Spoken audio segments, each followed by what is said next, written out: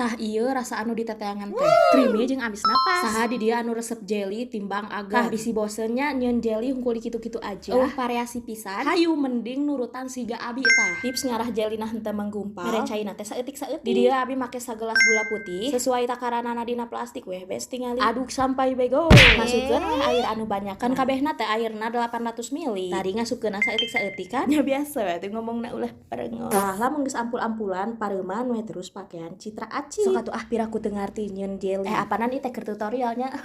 Di sini aku pakai citakan agar yang bulat-bulat. Tapi kalau kalian gak punya mah gak apa-apa ya. Pakai yang ada aja asal jangan ke ember. Salilana pilih laun ku sinuk mah geus we tongeng-tongengkeun. Nuangkeunana. Diamkan weh bes nepikeun ka mengeras. Kusabab kalila mengerasna mari kita ngebaso ijah dulu. Hau jadi hayang baso deui. Ulah loba jajan cenah bisi tidak punya imah.